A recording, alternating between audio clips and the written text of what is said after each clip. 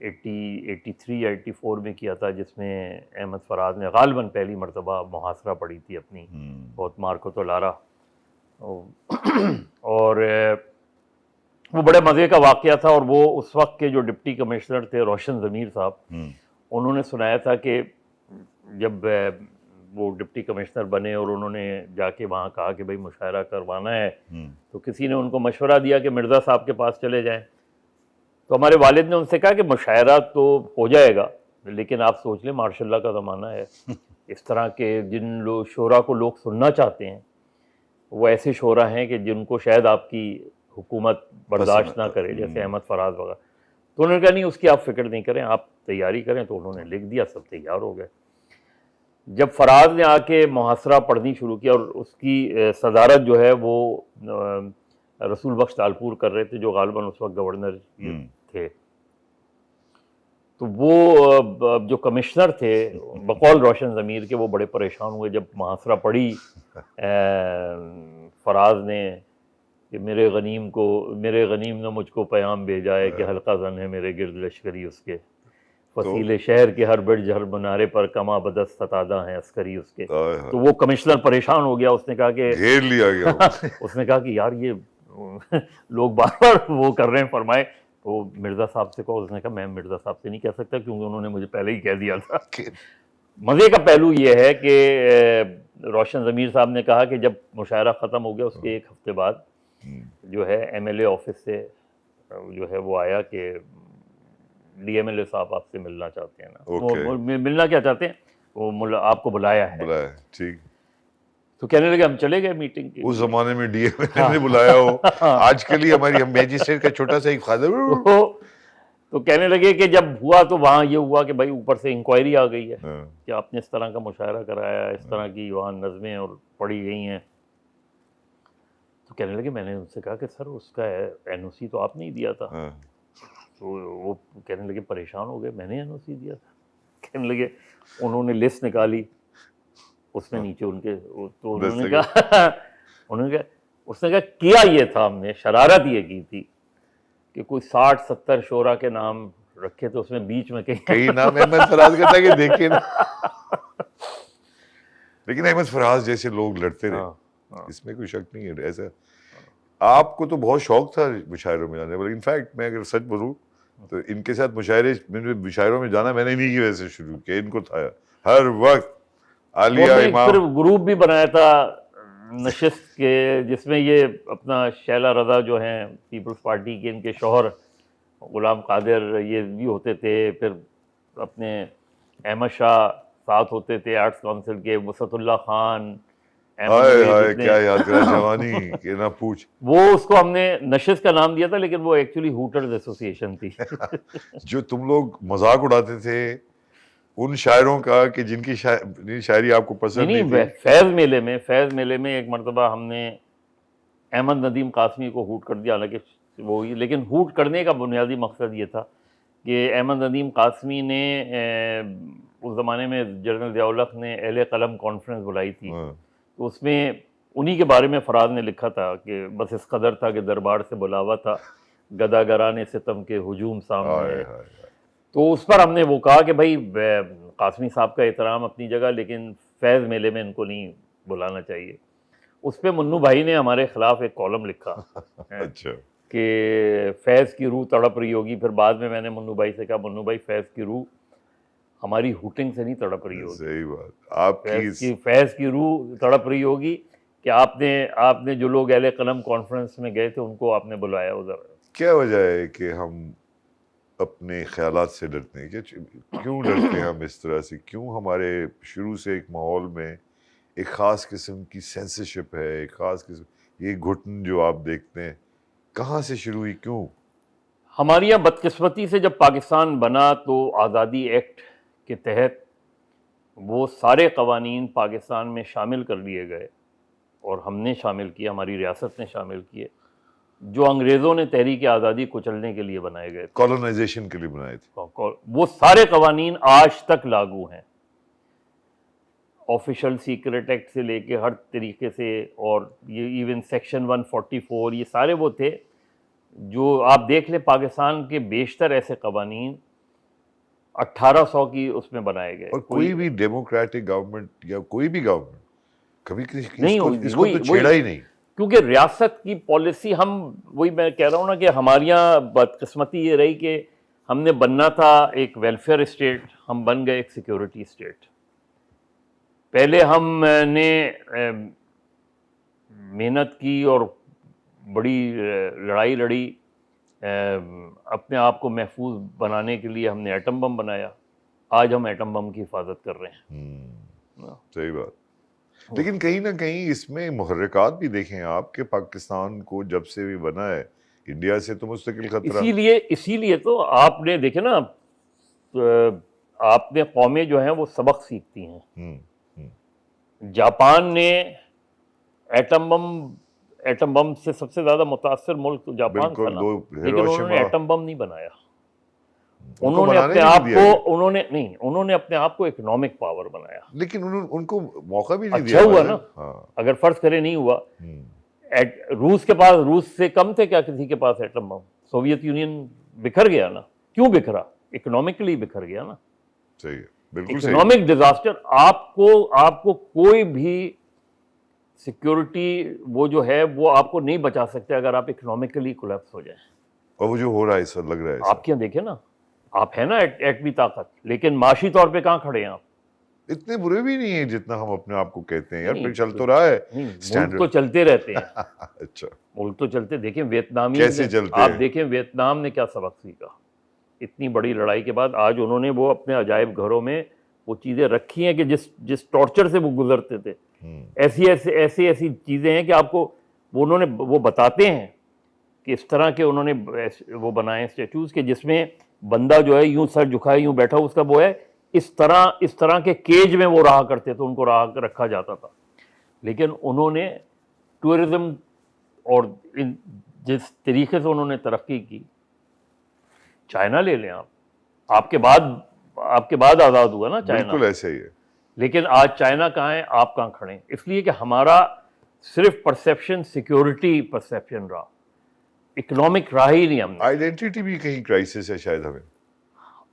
اب وہ میں اکثر کسی سے مذاق میں کہتا تھا کہ پاکستان کو اسٹیٹ بننا تھا, ریئل اسٹیٹ بن گیا.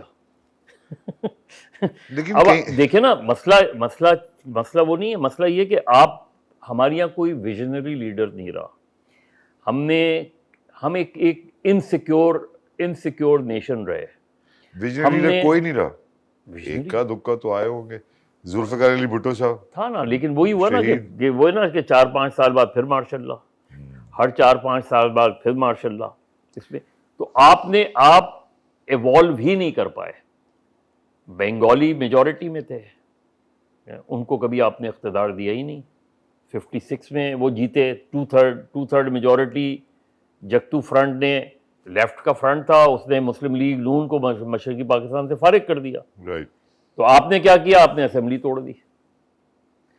70 میں وہ الیکشن جیتے, آپ نے پاور ہی ہینڈ اوور نہیں کی. جہاں مطلب آپ نے یہ طے کر لیا تھا کہ میجورٹی کو حکومت نہیں کرنے دیں. کہیں نہ کہیں ان کے اوپر بھی الزام ہے کہ وہ کیونکہ انڈیا کے بہت قریب تھے. ارے بھائی تو وہ آپ نے الائنمنٹ کر رہے تھے. تو پھر یہ تو سوال وہاں سے اٹھے گا نا کہ جب آپ نے پاکستان بنایا تو کیا آپ نے سوچا تھا یہ کہ 1000 میل دور کا ایک خطہ جو ہے وہ پاکستان کا حصہ ہوگا؟ شروع میں آپ نے شروع میں کہاں کیا ان کے ساتھ؟ میں تو شروع کی بات کر رہا ہوں, 70s تو بعد کی بات ہے. ابھی تو آپ شروع ہوئے تھے کہ آپ نے حسین شہید سہروردی اور ان سب کے ساتھ کیا کیا آپ نے الیکشن کرایا, انہوں نے الیکشن میں حصہ لیا. 60s میں جب فاطمہ جناح الیکشن لڑ رہی تھی تو فاطمہ جناح کا پولنگ ایجنٹ کون تھا؟ شیخ مجیب الرحمان. کہیں نہ کہیں ان کی آپ نے بیوروکریسی میں بیوروکریٹس انہوں نے الگ ہو کر یہ ثابت کیا کہ آپ کی غلطی تھی. کہیں نہ کہیں ایک منٹ یہیں ہم سسٹمز کی جب بات کرتے ہیں, جب پاکستان آزاد ہوا تو سسٹم تو بننا تھا, تو سسٹم تو بنا. تو فرسٹ جو چیف تھے وہ ایک برٹش جنرل تھے, آپ کو بھی پتا ہمیں بھی پتا. پھر وہ بیوروکریسی کو بھی ڈالنا تھا کیونکہ سسٹم کسی نہ کسی طرح تو اس میں آنا تھا. اب وہ اس کو کنٹینیو کرنے کی ایک وجہ لوگ, ایک منٹ میں سے بھی پوچھ رہا ہوں کہ ایک وجہ تو یہ تھی یا ہے کہ یہ بڑا اچھا سسٹم ہے, انگلینڈ میں ابھی تک چل رہا ہے بھائی, چل رہا ہے فرسٹ کلاس. سسٹم تو بنایا ہی نہیں نا آپ نے سسٹم نہیں بنایا. آپ نے دیکھا نا ایک سٹنگ آرمی چیف کو آپ نے ڈیفنس منسٹر بنا دیا, ایوب خان. سسٹم آپ نے ایک آئین بنایا, اس آئین کے تحت الیکشن ہوئے, اس الیکشن میں ایک فریق جیت گیا مشرقی پاکستان میں. یہاں آپ نے آئین کو بھی اٹھا کے پھینک دیا, پھر اپنا آئین بنایا آپ نے. تو پاکستان میں یہی آپ نے میڈیا کی بات کی نا کہ اگر شیخ مجیب الرحمان تھوڑا صبر کرتا. شیخ مجیب 70 میں بنا نا, شیخ مجیب 48 میں تو یہ نعرے نہیں لگاتا تھا صحیح نا. فاطمہ جناح کے ساتھ جب لڑ رہا تھا تو یہ نعرے نہیں لگاتا تھا. اس نے یہ نعرہ کب لگایا؟ جب بنگالی اور پوری قوم اس کے ساتھ کھڑی ہو گئی. اتنا بڑا ویژن آپ کہیں کہ میں توڑ دوں گا, تو کچھ شیخ مجیب کو بھی سوچنا چاہیے تھا کہ کیا کر رہا ہے وہ بھائی, وہ کیوں کر رہا ہے اس کو. اب کئی دفعہ ایک منٹ کئی دفعہ آپ کو نہیں ملتی جگہ, آپ کے خلاف دھاندلی ہو جاتی ہے, آپ ایکسیپٹ کر لیتے, کوئی بات نہیں, اگلی دفعہ. وہ کیا کہہ رہا تھا؟ وہ کہہ رہا تھا بھائی اسمبلی کا اجلاس بلائیں. یحییٰ خان نے اسمبلی کا اجلاس, ہمارے یہاں بھٹو کا بھی قصور تھا اس میں. یحییٰ خان بیسکلی تو یحییٰ خان تھی نا. آپ نے ان کے مطالبے کے جواب میں کیا کیا؟ وہاں فوجی آپریشن کر ڈالا. یہ بات سچ ہے. تو مسئلہ یہ کہ آپ نے یہ پہلے تو پاسٹ میں جا چلے گئے, پاسٹ میں نہیں گئے. اس سے کیا فرق کیا پڑا ہمیں؟ فرق یہ پڑا کہ انہوں نے تو بنگلہ دیش نے تو, میں آپ کو بتاؤں فرق یہ پڑا. پہلے آپ نے میجورٹی کو نہیں دی حکومت. اس وقت جب میجورٹی کے ویوز کی بات ہوتی تھی کہ بھائی میجورٹی, وہ کہتے تھے نہیں ایسا کریں, پھر 1 یونٹ بنا دیا آپ نے. بالکل صحیح. تو یہ ساری چیزیں جو تھیں وہ یہ تھیں کہ آپ الگ ہو جائے گی, الگ ہو جائیں. خود کوشش کی آپ نے دیوار سے ان کو لگا دیا, تو انہوں نے علیحدگی کا ٹھیک ہے انہوں نے کہا. پھر کیا تھا, حالانکہ وہ کیا تھے, میجورٹی میں تھے, وہ اپنے آپ کو پاکستان ڈکلیئر کر سکتے تھے. We are Pakistan. آپ تو مائنورٹی میں, میجورٹی میں تو ہم ہیں. صحیح نا, الگ ہو گئے. اس کے بعد آپ کو سبق سیکھنا چاہیے تھا. ہم نے 71 سے سبق نہیں سیکھا. 72 میں آپ کا ایک آئین بنا, 73 میں ایک انٹرم آئین کانسٹیٹیوشن بنا. اچھا یہ بھی بتاؤ, there is a doctrine of necessity. نہیں دیکھیں 70 کا الیکشن جو تھا وہ بیسکلی آئین بنانے کے لیے تھا کہ کانسٹیٹوئنٹ اسمبلی کا وہ تھا نا, وہ آئین بنتا, آئین کے بعد پھر الیکشن ہوتے. یہ تو کانسٹیٹیوشن بنانے کے لیے تھا. اس میں ہو گیا, ایسٹ پاکستان الگ ہو گیا. سبق آپ نے یہ سیکھا کہ 77 میں پھر مارشل لا لگا دیا. شاید حالات ایسے تھے, کوئی اور طریقہ ہی نہیں تھا. دنیا میں اس سے بدترین حالات میں بھی وہ نہیں ہوتا, چلتی ہے.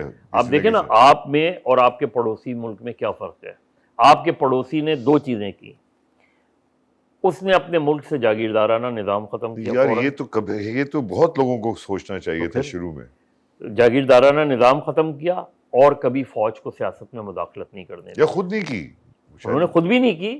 اور ایک دفعہ مانک شاہ کی ایک انسیڈنٹ ہے, یا اندرا گاندھی کی ایمرجنسی ایک ہوئی تھی, لیکن پھر آپ واپس چلے گئے. لیکن پھر یہ بھی تو دیکھنے میں آیا کہ یہ جو سو کالڈ ڈیموکریٹک لوگ ہیں, چاہے انڈیا میں آپ دیکھ رہے ہیں, بڑی اندرا گاندھی بھی ایک خاص نظر سے دیکھا جائے تو بہت بڑی ڈکٹیٹر تھی. اور اب یہ جو بیٹھا ہے ہمارے حضرت مودی, یہ بھی انہوں نے کیا نہیں کر دیا, سارا الٹ پلٹ کر دیا ہے اپنے لیے. یہ جو بحث ہے انڈیا کے بارے میں کہ RSS کا جو ایک ریزالو ہے وہ یہ ہے کہ ہندوستان صرف ہندوؤں کے لیے, یہ کہیں نہ کہیں ان کی ڈیپ سائیکی میں ہے. مسلمانوں کے ساتھ صدیوں رہنے کے باوجود ابھی تک وہ یونیسن ابھی تک انڈیا میں نہیں آئی, نظر نہیں آتی. تو یہ بھی تو ایک چیزیں ہیں نا کہ اتنی بڑا ملک آپ کے پیچھے لگا ہوا ہے, تو سیکیورٹی اسٹیٹ تو بننا ہی آپ نے. کیونکہ آپ اگر ڈیموکریٹک باتیں کر رہے ہیں, وہاں بارڈر پہ یہ کر رہے ہیں وہ کر رہے ہیں, تو کریں کیا؟ وہ تو آپ پہ طنز کرتے ہیں نا کہ آپ کو ہندوتوا سے کیا پرابلم ہے. وہ تو یہ کہتے ہیں, آپ ہی تو کہتے تھے 2 نیشن تھیوری. تو ایک نیشن ہندو ہے ہاں۔ دوسری نیشن مسلمان ہے. نہیں ناٹ سو ود دی نہیں اگر میری بات سنیں آپ ایک منٹ یہ تو ہسٹوریکلی آپ ٹھیک کہہ رہے وہ کر رہا ہیں ہوں. ان کی نہیں جسٹیفیکیشن صحیح ہے یہی کہتے ہیں ہاں وہ بالکل آپ جو بات کہہ رہے ہیں وہ یہی کہتے ہیں لیکن سوال یہ ہے کہ جو رہ گئے پیچھے ان کے بھی کچھ حقوق ہوئے نا ہمارے پاکستانی صرف مسلمان تو نہیں وہاں بھی رہتے ہیں بہت سارے لیکن مسلمان. اصل چیز یہ ہے کہ ہمارا سب سے بڑا پرابلم یہ ہے کہ ہم دوسروں پہ زیادہ نظر رکھتے ہیں اپنے اوپر نظر نہیں رکھتے. اگر آپ ایمرج کریں ایز اے نیشن آپ دیکھیں نا آپ تو ایز اے نیشن ایمرج ہی نہیں کر سکے. نہیں اس سے میں ایگری نہیں کرتا. ایک منٹ خواتین حضرات یہی بات سوچیے آپ دیکھ رہے ہیں بلڈنگ پاکستان چھوٹے سے بریک کہیں مر جائیے گا. بلڈنگ پاکستان دیکھتے رہیے powered by HMR water front.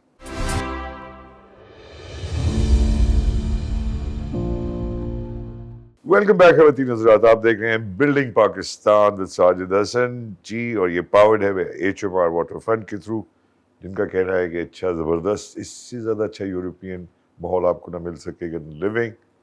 ضرور آئیں ان کو دیکھنے. بات ہو رہی ہے مظہر عباس صاحب سے. ہم ایز اے نیشن ایمرج نہیں کر سکتے. کیا بات کر رہے ہیں پوری دنیا میں ہمارا ڈنکا بولتا ہے کرکٹ ٹینس ہاکی اسکواش ہمارے ڈنکے ہیں یار. ہم نے بڑا کچھ دیا ہے دنیا کو. تھے آج آپ بیٹھے ہیں آپ بتائیں آج ہاکی کا کپتان کون ہے؟ نہیں یار 10 گول مارے یار. اصلاح صاحب نے کہا ساجد ظلم ہو رہا ہے. اصلاح الدین سے میری بات ہوئی ہے ڈیٹیریٹ مگر ہم کرکٹ میں کرکٹ ٹھیک ہے یار ہمارا کہیں نہ کہیں ٹھیک ہے وہ کرکٹ پھر یہی تو مسئلہ ہے. آپ کا نیشنل گیم کیا ہے؟ ہاکی کا کیا حال ہے جیسے نیشن کا؟ یا اللہ بس افسوس. تو یعنی اس کا مطلب کیا ہوا؟ اس کا مطلب یہ ہے کہ ہم نے نام تو رکھ لیا کہ ہاکی ہمارا قومی کھیل ہے لیکن ہم نے اسے کبھی قومی کھیل بنایا نہیں. لیکن یار آپ تھوڑی سی زیادتی کرتے ہیں. ایک تھرڈ ورلڈ کنٹری ہماری جیسی پاکستان جیسی جس میں سیلاب سے لے کے غربت سے لے کے تعلیم کی کمی سے لے کے ہر چیز پرابلم رہی شروع سے ہے اب تک ہے. انفراسٹرکچر یہ جو نیشنز ہیں جیسے جرمنی یہ بہت پاورفل نیشنز ہیں. یہ اپنے بچوں کو پڑھاتی ہیں تگڑے بھی ہوتے ہیں. پھر یہ جب ایک چیز کے پیچھے لگتے ہیں تو ظاہر ہم سے آگے نکلیں گے نا. تو اس میں گھبرانے کی کیا بات ہے؟ نہیں یہی آپ نے بنیادی بات کی نا. ہمارے یہاں کہاں سے نیشن کہاں سے مرج ہوتی ہے یار؟ آپ کے تعلیمی اداروں سے نا. کہیں نہ کہیں چلو واپس ہم جائیں اسی بات پہ کہ جرنلزم میں کیوں آئے آپ یہ ذرا بتائیں نا. کیوں وجہ لی کیا ماحول تھا کیا تھا مجبوری تھی یا نوکری اس وقت یہی مل رہی تھی؟ نہیں مجبوری نہیں تھی. میں نے مجبوری کے تحت نہیں کی. میں نے ظاہر ہے اپنی چوائس سے یہ پروفیشن جب ایم اے جرنلزم میں ایڈمیشن لینے جا رہا تھا تو والد صاحب سے جب میں نے ذکر کیا کیونکہ وہ یہ پوچھتے نہیں تھے کہ کیا کرنے جا رہے ہو. بس ان کا یہی تھا کہ جو بھی کام کرو ایمانداری سے کرنا. تو ان کو جب میں نے بتایا انہوں نے کہا بہت اچھا پروفیشن ہے بڑے لیکن یہ کہ اس میں پیسہ نہیں ہے زیادہ نا. یہ اس وقت کی بات کر رہا ہوں 80s کی. ظاہر ہے جو پہلی نوکری کی وہ اس وقت 700 روپے اسٹار بالکل ایسے ہی تھا 81 میں ہم ساتھ تھے. تو وہ پیریڈ ایسا تھا کہ یونیورسٹی میں ماحول خراب تھا. یونیورسٹی میں پھر بعد میں جا کے ظاہر ہے اپنا سیمسٹر کمپلیٹ کیا. ایک سیمسٹر رہ گیا تھا یونیورسٹی بند ہو گئی تھی کافی ہنگامے ہو رہے تھے. لیکن پھر بیسکلی اس لیے جوائن کیا یہ پروفیشن کہ لگتا تھا کہ جو چیزیں آپ اپنے ارد گرد دیکھتے ہیں ان کو ایکسپریس کرنے کا اس سے بہتر فورم کوئی نہیں ہے.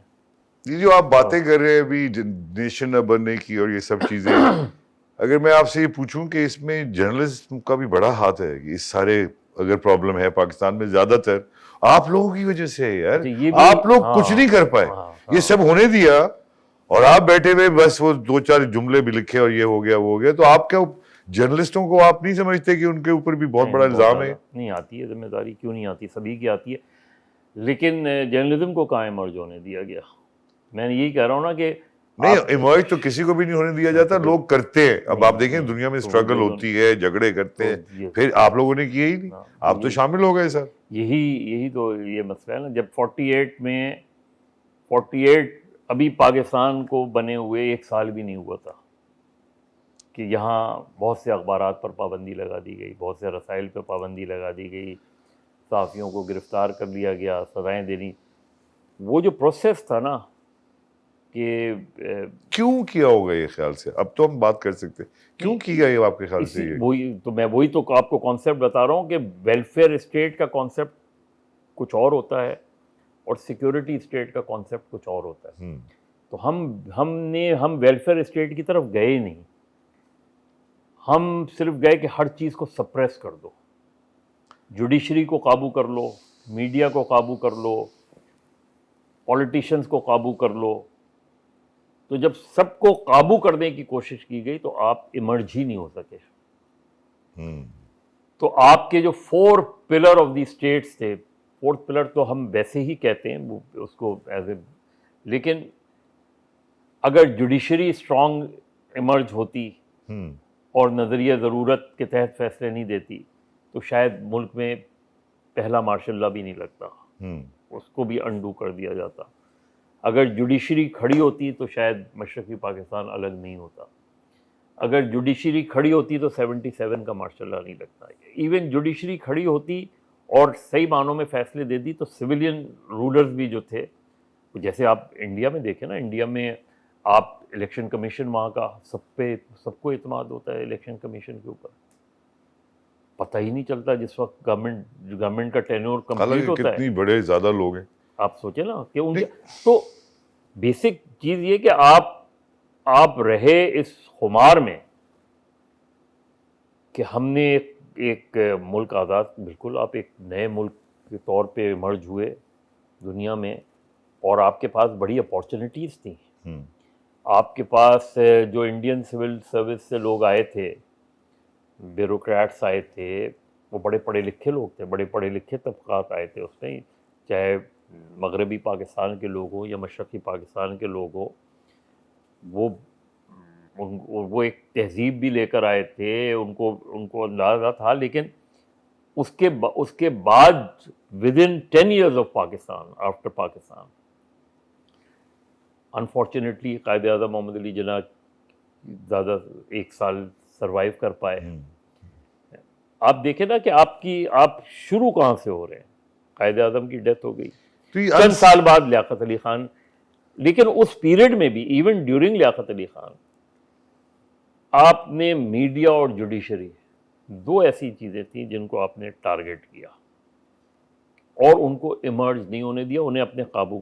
اس کا نتیجہ یہ ہوا کہ جب آپ نے بنیاد ہی ایسی رکھ دی, جو ہم 4 پلر آف دی اسٹیٹ کہتے ہیں نا, تو جب آپ پلرز کی بنیاد اس طرح رکھیں کہ ان کو سپریس کر دیں تو آپ کیسے ایمرج کریں گے؟ نہیں, لیکن پھر مشرف صاحب نے چھوڑ دیا سب کو. تو بہت بات, اور اب تو اگر آپ دیکھیں تو جرنلزم میں جتنے زیادہ کھلا ہمارے ملک میں بول سکتے ہیں. نہیں, یہ بھی آپ کا خیال ہے نا کہ وہ کیا کیا بول دیتے ہیں آگے. یہی ہے, ایک وہ مسعود صاحب بٹھائے ہوئے ہیں, ایک وہ نثار صاحب بٹھائے ہوئے ہیں. یہی ہے. آپ جس کو آزادی کہتے ہیں وہ دراصل آزادی, کیونکہ جب آپ دیکھیں نا, آپ کی یہاں ایک لمبی فہرست ہے. اگر آپ ایکیڈیمک فریڈم کا آپ اندازہ کریں, ایک لمبی فہرست ہے ان پروفیسرز کی, ان ٹیچرز کی, جن کو صحیح معنوں میں پڑھانے کی آزادی نہیں ہے. ایسے جرنلسٹوں کو جو کرٹیکل وائسز ہوتی ہیں, یہ کسی کو گالی دینا کرٹیسزم نہیں ہوتا. یہ تو کوئی سچی بات کہہ کے آپ کو چھیڑنا, وہ ہوتا ہے کرٹیسزم, اور وہی اسی کی اجازت نہیں ہے. باقی آپ وہ الاؤ کر دیتے ہیں, آپ ایک سیاستدانوں کی ماں بہن ایک کرے, انہیں کوئی پرواہ نہیں. ہاں بالکل, ایک دوسرے کو. تو ہمارے یہاں جو مشرف کے بعد میڈیا ایوالو ہوا, اس وقت ہم 24/7 کے لیے تیار ہی نہیں تھے نا. آپ کو دے دی گئی. اب آپ کیا کر رہے تھے, آپ ادھر سے پکڑ رہے تھے, ادھر سے پکڑ رہے تھے. پیرا ٹروپرز آ گئے, ایسے لوگ آ گئے جن کا جرنلزم سے کبھی کوئی دور تک واسطہ نہیں تھا. اچھے پرفارمنس تھے, پرفارمنس آ کے بیٹھ گئے ٹیلی ویژن پہ, بولنے لگے جو جی چاہ رہا ہے. ابھی بھی ہے, ہاں, وہ آ کے آج بھی ہے, آج بھی. پھر ایک ایسا بزنس ماڈل ہم نے بنایا کہ ہم نے میڈیا نے کس طرح گرو کیا. میڈیا نے گرو یہ کیا کہ آپ نے ہزاروں کی تعداد میں اب صحافی ہیں لیکن صحافت نظر نہیں آ رہی. یہ بات انفارچونیٹ. تو یہ سب سے بڑا کرائسس ہے کہ آپ کے یہاں اب ایک پہلے پرنٹ سے الیکٹرانک، پرنٹ کا سفر بھی سپریس رہا. الیکٹرانک میڈیا کو جب اجازت دی گئی تو اس طرح اجازت دی گئی کہ پہلے کراس میڈیا اونرشپ لا کے مونوپلیز بنا لی. لیکن یہ جو بھی آپ کہہ رہے ہیں کامیاب نہیں ہو پا رہے. پھر نہیں ہو رہے. آپ دیکھیں کہ 75 سال میں آپ کے یہاں صرف 2 یا 3 میڈیا گروپ گرو کر سکے، باقی کوئی بھی نہیں کیا. وہ بھی اب ڈکلائن پر ہیں. ٹوٹل ٹیک اوور تو مونوپلیز. ہاں تو ہوا یہی کہ وہ نہیں، مونوپلیز بھی نہیں تھی، گرو ہی نہیں کر سکے اس لیے کہ میڈیا ماڈل ہم نے بنایا یہی. ایک تو ہم نے ایڈیٹر کا انسٹیٹیوشن ختم کر دیا. ایڈیٹرز جو ہوتے تھے وہ رسپانسبلٹی لیتے بھی تھے اور رسپانسبلٹی دیتے بھی تھے. انڈیپینڈنٹ بھی تھے. وہ انڈیپینڈنٹ چاہے وہ ان کے نوکر بھی کیوں نہ ہو، نوکری اس کی کر رہے لیکن وہ اپنا ڈیسیژن وہ انڈیپینڈنٹلی لیتے تھے. تو وہ ایڈیٹرز کا انسٹیٹیوشن جب ختم ہوا تو it was free for all. پر ٹھیک ہے، مالک ایڈیٹر ہو گیا، مالک کی ڈائریکشن. اچھا مالک کا کیا تھا؟ مالک کا ایٹیٹیوڈ یہ تھا کاروبار کمرشلائزیشن چلنا تو ہے. جو اسپیس جو ہے نہیں، صرف دیکھیں کاروبار اور نیوز میں بیلنس ہوتا ہے نا. اگر آپ فرنٹ پیج پہ فل پیج اشتہار دے دیں گے تو میں اخبار کیوں خریدوں گا؟ میں اخبار اس لیے خریدتا ہوں کہ میں خبر پڑھنا چاہتا ہوں. تو ایک کمرشل ماڈل، ایک فائنینشیل ماڈل ہونا یہ چاہیے کہ ایک بیلنس ہونا چاہیے بٹوین دا نیوز اینڈ. ایک زمانے میں پرنٹ میڈیا اور الیکٹرانک میڈیا کا لائسنس دونوں کو نہیں دیتے تھے. میں خبر پڑھوں گا تو اس کے ساتھ اشتہار بھی پڑھ لوں گا، لیکن میں صرف اشتہار کے لیے اخبار نہیں خریدوں گا. صحیح بات. ہمارا یہ کہ بیک پیج بعض اوقات آپ دیکھیں پورا بیک پیج اشتہار ہوتا ہے. تو بیک پیج اشتہار دیکھ کے کتنے لوگ، آپ ٹیلی ویژن پہ اندازہ کر لیں نا کہ جب کوئی پلے چل رہا ہوتا ہے، بیچ میں کمرشل آتا ہے، تو کتنے لوگ ہیں کہ وہ اپنا ریموٹ اسی پر رکھتے ہیں. وہ ہمارے ایک صاحب تھے، انہوں نے پی ٹی وی پہ پٹی چلانی شروع کر دی تھی ڈراموں کے دوران. پٹی اتنا کمرشلائز ہو گیا کہ یہ بات سچ ہے. تو وہ جو کانسیپٹ آف پروفیشنلزم تھا نا وہ ختم ہو گیا. تو جرنلزم بھی ختم. جرنلزم بھی اس پہ ہے. اب کوئی کسی کو ڈیجیٹل میڈیا کیا ہے، ڈیجیٹل یا سوشل میڈیا کیا ہے؟ It's just a form of expression. ہر آدمی جس کا منہ جس کے بس میں جو آ رہا ہے وہ کہے جا رہا ہے، اپنے اسٹیم آؤٹ ہو رہا ہے نا. آپ کو گالیاں بھی دے گا، جس کا جتنا ظرف ہے وہ اتنا اظہار کر لیتا ہے نا. اب کوئی اس کو پازیٹیولی لے کے چل سکتا ہے. کسی نے آپ جو لوگ تھوڑا سا جن کے پاس کوئی بیک گراؤنڈ ہے، ہسٹری ہے، وہ ڈیجیٹل میڈیا کو اس طرح لے کے جاتے ہیں. اگر میں آپ سے پوچھوں کہ میں تو بہت اب کنفیوز ہوتا جا رہا ہوں. ظاہر وقت کے ساتھ ساتھ ایج آتی ہے کہ آپ سوچتے ہیں کہ یار اس میں کچھ سمجھیں گے. الٹا ہو رہا ہے میرے ساتھ. مجھے تو لگتا ہے مجھے سمجھ ہی کچھ نہیں آ رہی کہ کیا ہو رہا ہے. کہ ایک زمانے میں پولیٹیکل سائنس میں آپ کو سبجیکٹس پڑھائے جایا کرتے تھے. اس میں کیپٹلزم بھی تھا، سوشلزم تھا، کمیونزم تھا، اور اس کے حوالے سے لوگ آج کل، میں اگر آپ سے پوچھوں کہ ہمارے یہاں پاکستان میں پڑھتے نہیں ہیں لوگ. کون سا سسٹم ہے؟ میں آپ سے پوچھوں کہ کیا ڈیفائن کریں گے اس سسٹم کو جو ہمارے. پھر آپ کو مثال دوں اپنے پڑوسی ملک کی. ہمیں سبق سیکھنا چاہیے. وہاں کا ریلوے سسٹم دیکھ لیں، ایوالو کیا نا انہوں نے ریلوے سسٹم. وہاں کا بس سسٹم دیکھ لیں. وہاں پرنٹ میڈیا ڈائی نہیں ہو رہا، پرنٹ میڈیا باؤنس بیک کر رہا ہے، کیونکہ وہاں جنرلی پڑھنے کا رجحان ہے بہت زیادہ. میں نے لائبریریز دیکھی ہیں وہاں بیٹھے ہوئے. وہاں انہوں نے بس سٹاپس کے ساتھ لائبریریز بنائی ہوئی ہیں، بچے وہاں پڑھتے ہیں. آپ یہاں کراچی یونیورسٹی میں ایک بک سٹور تھا، وہ بند ہو گیا. آپ باقی تو چھوڑ دیں آپ. تو ہماری یہاں چیزیں جب تک آپ کیوں کنفیوز ہوتے ہیں؟ اس لیے کہ اگر بہت سی ایسی کتابیں ہیں جس سے آپ کو پتہ چلتا ہے کہ دنیا کیسے. نہیں تو ہمارے یہاں سسٹم بتاؤ نا کہ کیا سسٹم ہے اس وقت پاکستان میں. پارلیمنٹ کو تو کوئی جاتا ہی نہیں. یہ پارلیمنٹ تو ایک مذاق ہے ہمارے لیے. وہاں سے ہونے چاہیے سارے سب چیزیں مگر ہمارے یہاں تو کبھی کچھ ہوتا ہے کبھی کچھ. دیکھیں نا اسموک کیا ہے آپ کے یہاں بھی آج کل چل رہا ہے نا لاہور میں. اس میں کیا ہے؟ اوہو یار وہ کہہ رہے ہیں بچے مطلب بہت تکلیف میں ہیں. کیوں ہے؟ آپ یہ تو ہم پیکیج بھی بناتے ہیں، بحث بھی کرتے ہیں کہ جی سب لوگ ماسک پہن لیں, بڑی اچھی بات ہے ماسک پہن لیں. ماسک پہننے کی ضرورت کیوں پیش آ رہی ہے مجھے؟ اس لیے کہ آپ کے یہاں کراچی, لاہور شہروں میں جو پبلک ٹرانسپورٹ ہے, جو فٹنس سرٹیفکیٹ دیا جانا چاہیے کہ کوئی گاڑی, کوئی رکشہ دھواں دار نہیں روڈ پہ آ سکتا, وہ تو روک نہیں رہے آپ. دیکھیں آپ کے ریزیڈینشیل ایریاز میں کمرشل ہو گیا ہے, ریزیڈینشیل ایریا, وہاں باربیکیوز لگے ہوئے ہیں. جب باربیکیو لگے گا تو اس کا دھواں تو نکلے اٹھے گا نا. یہ تو ہے. تو جب آپ صرف میرے ماسک پہننے کو آپ مجھ سے کہہ رہے ہیں ماسک پہن لو, اس چیزوں کو درست نہیں کرنے کو تیار, اور آگے آنے والے وقت میں اور خرابی ہونے والی ہے. اور پاکستان بھر سے گرین بیلٹ ختم ہو رہا ہے. تو جب گرینری ختم ہو جائے گی تو آپ کو بیماریاں ہی لاحق ہوں گی بھائی. اچھی بات کیا ہے یہ مجھے بتائیے ذرا, کیونکہ ابھی تک تو ہم ہر وقت اچھی پاکستان کے بارے میں نہیں, یہ تو سوچنا پڑے گا. یہ پاکستان کا مسئلہ نہیں, ایک ہیومن سائیکالوجی ہے کہ آپ, میں ایز اے نیشن, میں اپنے پڑوس میں اور کچھ نہیں ہے تو میری بھی ذمہ داری ہے نا کہ میں پڑھا لکھا آدمی ہوں, آپ پڑھے لکھے آدمی ہیں, یہ جو لوگ ہیں اتنا تو جانتے ہیں نا کہ ریڈ سگنل پہ رکنا ہوتا ہے. رائٹ, بالکل ایسے ہی ہے. میں دیکھتا ہوں ٹریفک پولیس والا ہے کھڑا ہے یا نہیں ہے, نہیں کھڑا ہوتا تو میں کراس کر جاتا ہوں. جو باہر سے آدمی آتا ہے, گورا آتا ہے, وہ آپ کے برابر میں بیٹھتا ہے, سب سے پہلے وہ بیلٹ لگاتا ہے. صحیح بات. آپ بیلٹ کب لگاتے ہیں؟ جب آپ کو یہ پتا ہوتا ہے کہ 500 کا فائن ہو جائے گا. تب بھی نہیں لگاتے آپ کئی دفعہ. تو یہ عادت نہیں ہے اپنے آپ کو بچانے کی. اسی طریقے سے کچرا دیکھ لیں آپ, میں کس طرح کچرا جا کے پھینکتا ہوں. اب اس کے لیے کسی قانون کی ضرورت نہیں ہے. مجھے پتا ہے کہ اس کچرے میں وہ جو میں اپنے گھر کے سامنے کچرا پھینک رہا ہوں وہ گندگی میرے گھر کے اندر آ رہی ہے. کراچی کے بارے کتنا عرصہ آپ ساری زندگی کراچی میں رہے؟ ظاہر ہے حیدرآباد کے بعد جب کراچی آئے تو کراچی سے ہی اپنا college life, university life, professional life سب ساری کراچی. اور وہ کراچی بھی دیکھا تھا جب میں اور تم حسین ڈسلوا ٹاؤن میں گھوما کرتے تھے. آپ حسین ڈسلوا ٹاؤن کا کانسیپٹ دیکھیں نا, کتنا حسین آپ وہ کانسیپٹ دیکھیں نا, مسلم اینڈ کرسچن کس طریقے سے ایز اے نیبر رہا کرتے تھے. ابھی میں نے انٹرویو کیا تھا پارسی, ہمارے دوست ہیں عادل واڈیا, وہ کہتے ہیں ہمارے یہاں مسلمان میں پاکستان میں مائنورٹیز کو مائنورٹیز نہیں سمجھتے آج بھی ہم. یہ بات سچ ہے.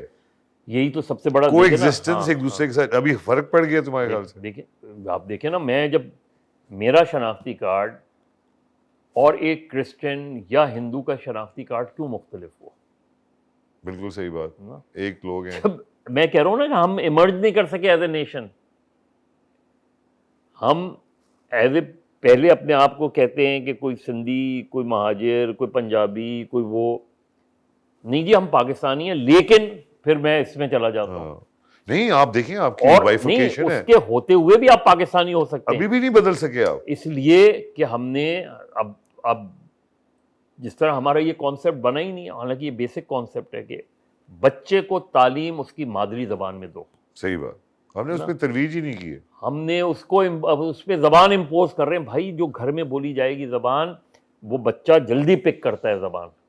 اسی لیے کہا جاتا ہے کہ مادری زبان میں تعلیم دو. یہ رائٹ ونگ کب سے ہو گئے ہم لوگ؟ یہ جو ایک بہت زیادہ دیکھیں نا, ایک ابھی کراچی کی تم نے بات کی, کراچی کی بات کی, ایک وہی کراچی ایک بہت ہی لبرل اور سوشل سوسائٹی تھی. بالکل تھی, 100%. مساجد بھی بھری ہوتی تھیں, لوگ کلب بھی جاتے تھے. یہ جہاں ابھی ہم بیٹھے بات کر رہے ہیں, یہ آپ دیکھیں یہ سمندر کتنا پیچھے دھکیل دیا ہے ہم نے. ہم سمندر کو دھکیل رہے ہیں, جو بیوٹی ہے, جو پورے پاکستان کی لوگ آتے ہیں سمندر دیکھنے. سمندر دھکیلا نہیں جا سکتا یار, ناممکن ہے. تو یہی تو میں آپ سے یہ کہہ رہا ہوں نا کہ ابھی آپ کو پتا ہے کچھ سال پہلے یہاں آئل اسپل اوور ہوا تھا. بالکل, کتنی تباہ کن چیز ہوئی تھی. تو ہم سب سے بنیادی بات ہے, اگر ایک کامیاب قوم کے لیے کوئی بھی ملک معاشی طور پہ مستحکم نہیں ہو سکتا اگر اس کا نظام مستحکم نہیں ہے. ایبسولوٹلی. اور انویسٹر کو کانفیڈنس نہیں ہے, خاص طور پہ انویسٹر کو وہ جو آتا ہے اس کو بیڑا غرق کر دیتا ہے, بیڑا غرق ہو جاتا ہے یار. Uncertainty is the only certainty in Pakistan. ایک غیر یقینی صورتحال سے کیسے نکلا جا سکتا ہے. اصل چیز یہ ہے آپ ایک قوم کو یہ یقین کیسے دلا سکتے ہیں کہ now this is the system which will last نا. جیسے دنیا میں قوموں نے آپ لوگوں نے سسٹم کو طریقے سے کرنے کی تو کبھی کوشش کی نہیں ابھی تک نا. تو یہ کہ اس میں آپ کس طرح آپ نے ایک طے کر لیں آپ نے parliamentary form of democracy, presidential form of democracy, آپ نے کس طریقے سے آگے بڑھنا ہے. ہم تجربات پہ تجربات کیے جا رہے ہیں اس لیے کہ ہم بحث نہیں کر رہے, ہم لوگوں کی سوچ پر پابندی لگا رہے ہیں, لوگوں کے اظہار پر پابندی لگا رہے ہیں, لوگوں کے خیالات پر پابندی لگا رہے ہیں. اس طرح پابندیوں سے ملک نہیں ایمرج کرتے, پابندیوں سے قومیں نہیں بڑھاتی. ناممکن ہے پابندی لگانا. آپ کا خیال نہیں خیال اب جو انفارمیشن ہے جا گئی آپ کا خیال ہے کہ پابندی نہیں ہے ہے اس پہ خواتین نے چھوٹا سا بریک لیں گے, اسی پر بریک لیا جا اسی پہ بریک لیا, کہیں مت جائیے گا, دیکھتے رہیے building Pakistan powered by HMR Waterfront. We'll be right back.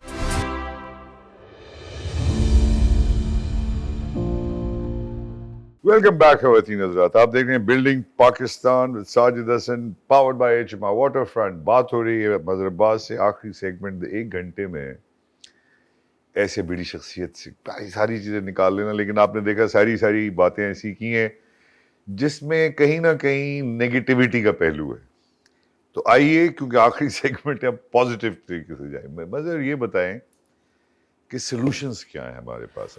دیکھیے یہ جو آپ نے بات کی نا, نیگیٹیوٹی نہیں ہے, یہ ریئلٹی ہے جس کو آپ چلو نیگیٹیوٹی اس کی وجہ یہ ہے کہ جس کو آپ اگر میں ایک بہت ہی آپ کو ایک خوبصورت پکچر پیش کر دیتا ہوں, اور غلط بات ہوتی ہے وہ ساری کی ساری, تو جو لوگ دیکھ رہے ہوتے وہ آپ کو بھی برا کہہ رہے ہوتے اور مجھے بھی برا کہہ رہے ہوتے کہ بھائی میرے گھر میں نلکے میں پانی نہیں آتا, بجلی کے گٹر کا پانی نہیں جاتا, بجلی نہیں آتی بل آتا ہے, گیس نہیں آتی بل آتا ہے, پانی نہیں آتا بل آتا ہے. تو یہ جو ہارڈ گراؤنڈ ریئلٹیز ہیں وہ یہی ہیں. اور نوکریاں کم ہوتی جا رہی ہیں, نوکریاں کم ہوتی جا رہی ہیں. آپ کی جو آپ دیکھیں کہ آپ کتنے خوش قسمت ملک ہیں کہ آپ کی 60% آبادی جو ہے نوجوانوں پر مشتمل ہے, اور کتنے بدقسمت ملک ہیں کہ اس کی اپارچونیٹیز آپ ان کو نہیں دے رہے. Absolutely correct. کیا کریں اب آپ مجھے بتائیں, سلوشنز بتائیں کہ ہمیں کیا کرنا چاہیے. پاکستان ایک انتہائی خوبصورت ملک ہے, اس کی خوبصورتی اس کو واپس کریں. ٹھیک, وہ کیسے واپس ہوگی؟ وہ پہلے تو آپ ہم کلائمیٹ چینج کی بہت بات کرتے ہیں نا, اور آپ پاکستان سے گرینری ختم کرتے جا رہے ہیں. پاکستان کے گرین بیلٹ کو بحال کریں.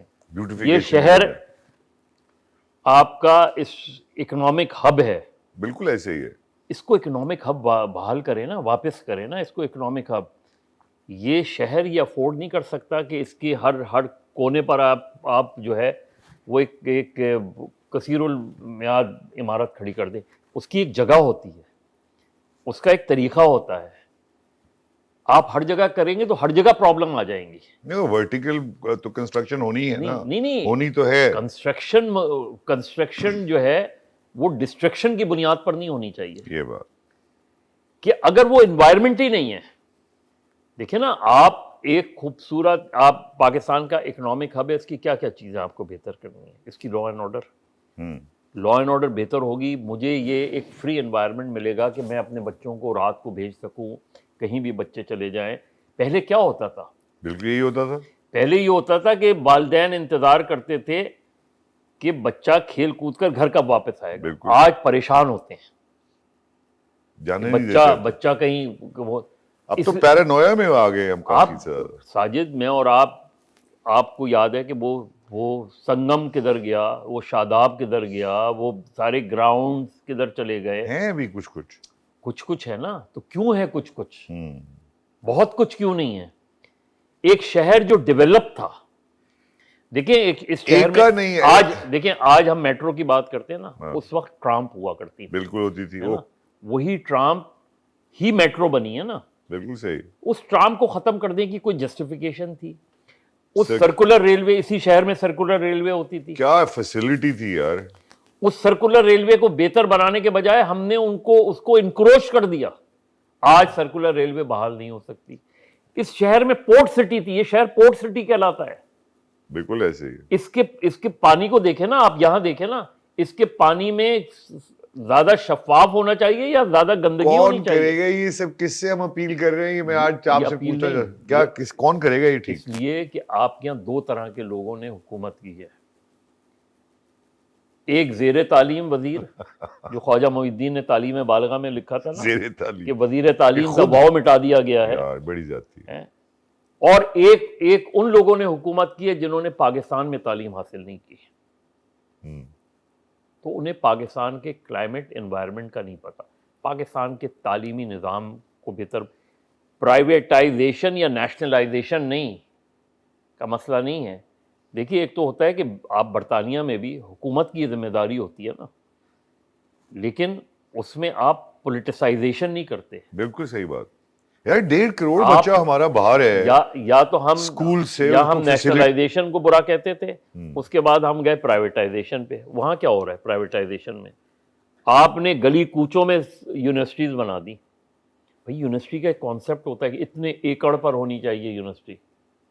آپ دیکھیں نا, کراچی یونیورسٹی دیکھیں, پنجاب یونیورسٹی دیکھیں, سندھ یونیورسٹی دیکھیں, آپ یونیورسٹیز کا جو قانون میں دیکھیں 3-4 چیزیں جس سے پاکستان اپنے پیروں پہ واپس کھڑا ہو سکتا ہے. فوراً گنوائیں. ہے نا, پہلی چیز یہ کہ آپ نے یہ طے کرنا ہے کہ پاکستان کی اسٹیبلشمنٹ کا سیاست سے کوئی تعلق نہیں ہے, سوائے اس کے کہ اگر برا کام کر رہی ہے کہ وہ کوئی بھی پارٹی اس کو پکڑے. نہیں, ان کا یہ بھی ان کا کام نہیں ہے. پاکستان کا پولیس سسٹم بہتر کریں. سسٹم بہتر کیسے ہوتے ہیں؟ میرٹ کی بنیاد پہ, اور لوکل ہونا چاہیے. میں آپ یہاں یہ بھی ایک عذاب ہے کہ آپ پنجاب کا بندہ یہاں لگاتے ہیں, حیدرآباد کا بندہ لگاتے ہیں آپ کے پی کے میں. پاکستان میں اوپر سے لے کے نیچے تک میرٹ کا کلچر ضروری ہے. میرٹ کا کلچر آپ فروغ دیں. آپ کی جو پولیٹکس ہے اس میں گند بہت زیادہ ہے. اس گند کی صفائی کیسے ہوتی ہے؟ کیسے؟ ایک پروسیس سے ہوتی ہے نا. جب آپ یہ طے کر لیں گے کہ پاکستان میں پارلیمنٹری سسٹم کو ہی چلنا ہے, تو پھر اس پروسیس کو چلنے دیں. اسی سے چیزیں ایمرج ہوتی ہیں, اسی سے ایک قومیں جو ہیں کئی 100 سال بعد ایمرج ہوتی ہیں. سچ بات. لیکن اس کی بنیاد صحیح رکھی جاتی ہے. آج اگر آپ پاکستان کی بنیاد صحیح رکھیں گے تو آپ گرو کر پائیں گے. بھائی جیسے مگر تم یہ جو کہہ رہے ہو, مگر آپ نے ہماری جب سے بات شروع ہوئی اس میں آپ نے یہ کہا جیسے کہ جب آپ ایک رکھ لیتے ہیں کسی پرائیویٹ پارٹی کو مالک بنا دیتے ہیں کسی چیز کا, پھر وہ چیز رکتی نہیں ہے اس سے, پھر وہ اس میں کمرشل ایسپیکٹس آ جاتے ہیں. ٹھیک کیسے ہوگا یہ جو آپ باتیں کر رہے ہیں؟ اس کو ٹھیک کرے گا کون؟ ابھی آپ کریں گے یا ہمارے آنے والی جنریشن کرے گی, اور کون کرے گا؟ میں کوئی اوپر سے نظام تھوڑی لے کر آؤں گا, کوئی ایک انوکھا نظام تھوڑی لاؤں گا. یہ 1.5 کروڑ لوگ بچے جو نہیں پڑھ رہے ہیں اب یہ بڑے ہوں گے, کیا کس قسم کے شہری نکلیں گے؟ ہمیں کن ممالک سے تاریخ سیکھنی چاہیے؟ ہمیں ان ممالک سے تاریخ کہہ رہا ہوں, ان ممالک سے سبق سیکھنا چاہیے جو ممالک ہم سے زیادہ بری صورتحال میں تھے. لیکن آج آپ دیکھیں اسٹیل مل ہے نا, ہم نے جب اسٹیل مل کی بنیاد رکھی اس وقت کئی ممالک ایسے تھے جہاں اسٹیل مل نہیں تھیں, آج وہاں 10 اسٹیل ملز ہیں. ایسے ہی نا, تو ہم نے طے یہ کرنا ہے بنیادی طور پہ. میرے خیال سے جس طرح کی ابھی بھی ہماری سچویشن ہے کہ ٹیکنوکریٹ گورنمنٹ نہیں آ جانی چاہیے. یہ پھر ہم غلطی پر جا رہے ہیں. اچھا, پھر ہم غلطی پہ جا رہے ہیں. یہ والی گورنمنٹ آ جانی چاہیے, یہ والی گورنمنٹ آ جانی چاہیے. جب تک آپ ایک کھل کر ڈبیٹ کی اجازت دیں, کہ کھل کر ڈبیٹ ہو کہ پاکستان میں, اور ساتھ میں صرف ڈبیٹ اس چیز پہ نہیں ہو کہ پاکستان میں خرابی کیا ہے, اس خرابی کو دور کرنے کا طریقہ کیا ہے. اور دور کرنے کا میرے نزدیک یہی طریقہ ہے کہ آپ جب تک اس ملک میں میرٹ کے کلچر کو فروغ نہیں دیں گے, اس ملک کا مضبوط تعلیمی نظام نہیں بنائیں گے. تعلیمی نظام مہنگی تعلیم سے نہیں بنتا. پاکستان کا تعلیمی نظام یا دنیا کا تعلیمی نظام اچھی تعلیم سے بنتا ہے. سچ نا, مہنگی تعلیم کیا ہوگی؟ مہنگی تعلیم کا نتیجہ یہی ہوگا کہ 1.5 کروڑ بچہ باہر ہوگا. آخر کیونکہ ٹائم بہت کم ہے, یہ بتاؤ کہ یہ سب باتیں جو آپ کہہ رہے ہیں اور آئیڈیلسٹک ہے, بڑی زبردست باتیں ہیں, تعلیم یہ وہ, بچے باہر, تعلیم کسی طرح میسو ایک وہ ہونی چاہیے. آنے والے وقتوں میں آپ یہ ہوتے ہوئے دیکھ رہے ہیں؟ Not in short period. مطلب میں یہ کہوں کہ آج سے 10 سال بعد چیزیں بہتر ہو جائیں گی، نہیں ہوں گی. ہم اس لیے کہ ہم ایک سوسائٹی کو پولرائز کر رہے ہیں، یا تو لوگ بہت امیر ہیں یا انتہائی غریب ہیں. آپ کا مڈل کلاس ختم ہو گیا ہے. ہوتا جا رہا ہے، نہیں ختم تو نہیں ہوتا جا رہا ہے، لیکن اس لیے کہ مڈل کلاس کا ایک پرابلم ہے نا کہ مڈل کلاس نہیں رہتا نا. صحیح بات. وہ اس کی ایمبیشنز یہ رہتی ہے نا کہ میں اپر کلاس میں جاؤں، اپر مڈل کلاس میں جاؤں. آپ کا جو نچلا طبقہ جو میں نے کہا نا جو غریب ہے وہ غریب سے غریب تر ہوتا جا رہا ہے. اسے اوپر لانے کی ضرورت ہے. اس کو اوپر لانے کا یہ طریقہ نہیں ہے کہ آپ سڑکوں پر جو ہے نا وہ کھانا تقسیم کریں. آپ انڈسٹری لگائیں، آپ فیکٹریز لگائیں، ان کو نوکری دیں، وہ اپنے بلبوتے پہ اس کو بھکاری نہ بنائیں. ہم تو ویسی ایز اے قوم بھکاری ہیں. اور جب یہ بات کہہ دی جائے کہ میں بیگر ہوں تو میں چوزر کیسے ہو سکتا ہوں؟ سچ بات. تو آپ نے بیگرز نہیں بنانے، آپ نے اس کو نوکری دینی ہے، اس کو فیکٹری میں کام کرنا ہے.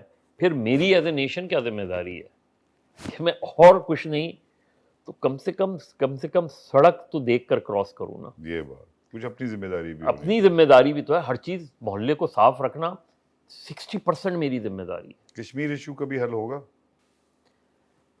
بات چیت سے حل وہ تو نکلتا کرنا ہے. ہی نہیں چاہتے. نہیں، وہ تو اب نہیں کر. جب وہ بات چیت کرنا چاہ رہے تھے تو ہم نے کارگل کر دیا. دیکھیں نا ہماری یہاں یہ پرابلمز رہی ہیں نا کہ واجپئی تو بی جے پی کا لیڈر تھا نا. اس کے بعد مینار پاکستان پہ آ کے اس نے کیا بیان دیا تھا؟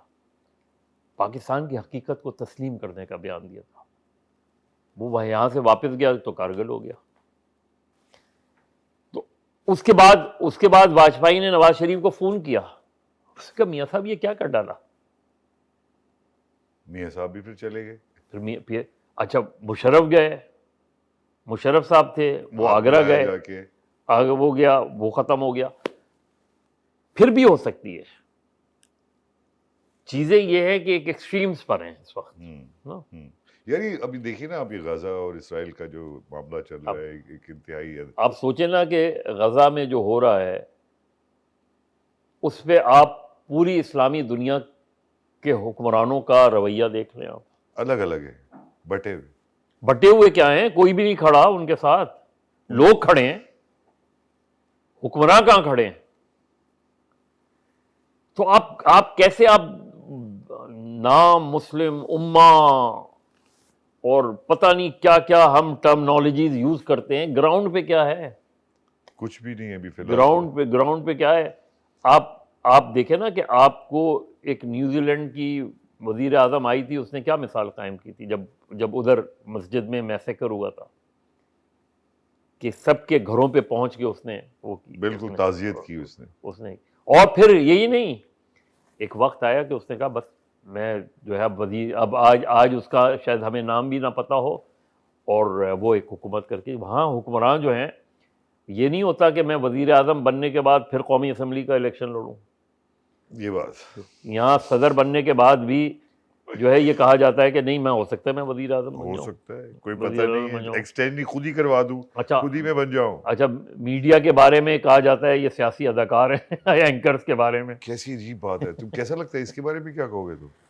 یہ تو ہمیں سوچنے کا بات ہے نا کہ واقعی ہم سیاسی اداکار ہیں. بہت سے لوگ جس کرتے نے ہیں. یہ کہا کیا وہ سچ ہے؟ دیکھیں جیسے ابھی نواز شریف نے کہا شام کو دکانیں لگاتے ہیں تو ہم دکاندار ہوئے.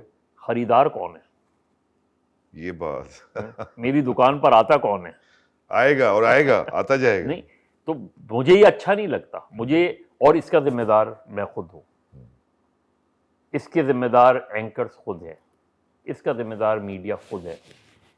کہ مجھے جب کوئی یہ کہے تو میں پہلا سوال تو مجھے یہی کرنا چاہیے نا اس سے کہ میری دکان پر آپ آئے کیوں ہیں؟ وہ یہ کہے گا آپ نے بلایا ہے. لیکن ایسا بھی ہوتا ہے کہ آپ وہ کرتے ہیں. تو میڈیا کو اپنے آپ کو ایوالو کرنا چاہیے. مگر تھریٹن میں آپ ابھی میں آپ سے لاسٹ ملا تھا پریس کلب میں، تو آپ لوگ تو تحفظ جرنلسٹ کے لیے کام کر رہے ہیں. تحفظ ہی نہیں مل پا رہا اس بیچارے کو. ڈرا ہوا آدمی کیا سچ بولے گا، کیسے بولے گا؟ وہ یہی تو میں آپ سے وہ کہہ رہا ہوں نا کہ وہ ایک تو جو سچ بولنے والے ہیں وہ الگ ہیں، جو کاروبار کرنے والے صحافی ہیں وہ الگ ہیں. دونوں طرح کے طبقات ہیں اور یہ ہر جگہ ہے. یہ بات تھینک یو ویری مچ مظہر, بہت بہت شکریہ سچ بولنے کا, اتنا زیادہ سچ کہ میں خاموش رہا اسی وجہ سے بہت زیادہ.